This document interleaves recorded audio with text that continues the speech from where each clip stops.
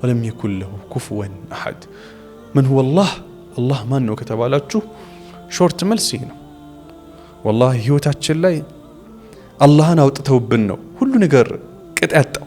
አላህን አውጥተውብን አላህ የሚለውን ኮንሰፕት አውጥተውብን ህይወታችን ሁላ ብልሽሽት ያደርግ ማለት እንሰግዳለን አይደለ?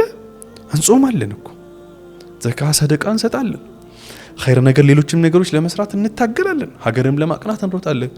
ግን ለምን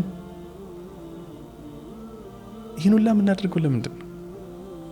ሰላታችን ለምንድን ነው የማይጥመን?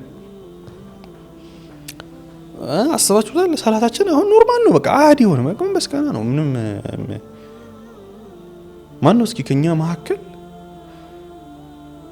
ነብዩ ሰለላሁ ዐለይሂ ወሰለም ይሉት እንደ አሪህና ቢሃ ያ ቢላል ሰላት በሰላት ነብዩ ሰለላሁ ዐለይሂ ወሰለም እስኪ አሳርፈን አዛንበልና አረጨነቀን ይሉ ነበር። ማን ነው ከኛ መካከል ያን የሚለው? ከዚህ በፊትም ነግሬያቸዋለሁ። እኛ የጀመርነው ከመሃል ነው።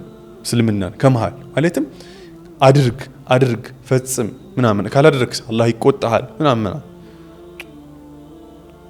ለዛ ነው አመጁዝን የመረጥኩት ብያቸዋለሁ። አመጁዝ የአላህን ታላቅነት፣ የአላህን መሐባ፣ የአላህን ፍቅር፣ የአላህን ተንከባካቢነት ምን ሰግድለት ምን ጾምለት፣ ዱንያ አኺራን ለማሳመር ምን ለፋለት፣ ሀገር ለማቅናት ምን ሮጥለት